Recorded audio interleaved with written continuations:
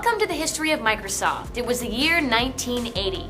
Mount St. Helens erupted in Washington state, covering the surrounding areas in ash. Ordinary People, starring Mary Tyler Moore, won the Oscar for Best Picture, and President Carter declared a U.S. boycott of the Olympic Games in protest of the Soviet invasion of Afghanistan. And in 1980, Microsoft was ready to start the new decade with a bang. And on the first day of the year, consumers were in awe as Microsoft announced its first consumer-oriented application software, Typing Tutor. A few months later, on April 2nd, Microsoft introduced the Z80 Soft Card, a circuit board that plugs into the Apple II computer, allowing Apple users to run CP/M applications with only minor modifications. Then in June, Microsoft gets a new hire, a charismatic young man named Steve Ballmer. He's responsible for handling operations, including personnel, finance, and the legal areas of the ever-growing business. About a year after that, I hired a friend of mine from college, Steve Ballmer, who was very good at hiring people. And so he could see that we had more projects that we wanted to do than we could.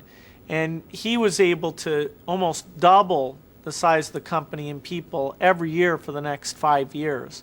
So it really started to change in character, where I had written a high percentage of the code myself until we got to Seattle and reviewed everything that people were doing, to the point where we were setting up a lot of autonomous teams and having to do a lot more in terms of what was our methodology and how did we interview people, just to stay up with all the projects we were going after. When Steve came in, I was spending more time with him because the business side was important, managing and organizing, and what were we going to do about international. And so it was great that Steve was smart enough and personable enough that even though he didn't have a technical background, the programmers accepted him. That was very rare. We really didn't believe non-programmers should manage programmers.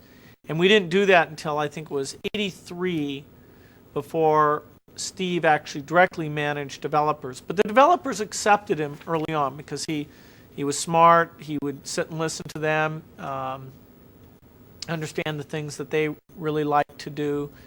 And so that fit in. I got a lot of benefit out of Steve going around and always knowing what people were thinking about.